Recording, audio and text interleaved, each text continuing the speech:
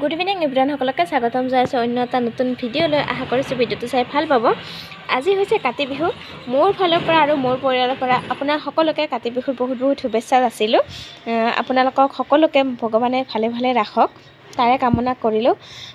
বিহু বুলি ক'লে ঘৰলৈ যাবলৈ বহুতেই মন যায়, যিহেতু গাঁৱৰ পৰিৱেশটো বহুত ভাল লাগে। বিহু বুলি ক'লে আমি যিহেতু ভাড়া ঘৰত আছোঁ, সিমান এটা যিমান নক'লেও সিমান এটা ভাল নালাগে। মিষ্টাৰে গৈছে ডিউটিত, কিন্তু ঘৰত যোৱা নহ'ব আজি। আৰু তুলসী গছ ইপিনে মই আজি ৰুব নালাগে, মই সদায় ৰুৱাই আছে। এইটো ইয়াতে মই সেৱা অৰ্পণ কৰোঁ। ৰাতিপুৱাই মোৰ কাম হৈ গৈছে, তুলসীৰ তল মুচি কাচি থৈ ধূপ চাকি জ্বলোৱা সদায় কৰোঁ। এইটো আজি বিহু বুলি নহয়। ইপিনে তুলসী গছ বহুত কেইডালে আছে।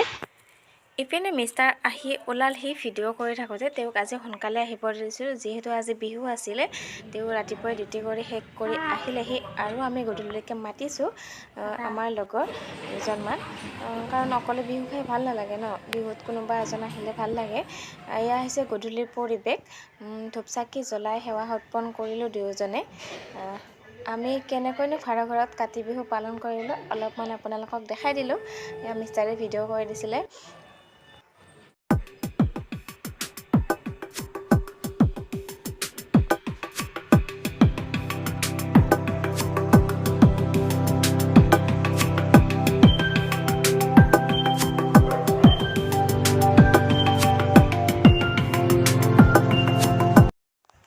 আমাৰ গধূলিৰ কৰ্ম শেষ হৈ গ'ল। ইপিনে ইহঁত আহি পালেহি, সিহঁতেও ঘৰত শৰাই দি আহিছে।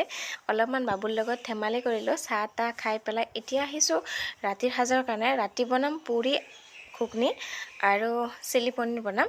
এইখিনি আছিল আমাৰ ৰাতিৰ সাজ। যদি ভাল লাগে লাইক কৰিব, ভিডিঅ'টো কমেণ্ট কৰিব, আৰু যিসকল নতুনকৈ আহিছে প্লিজ ছাবস্ক্ৰাইব কৰি কাষত থকা বেল আইকনটো বজাই দিব। হেপী কাতি বিহু।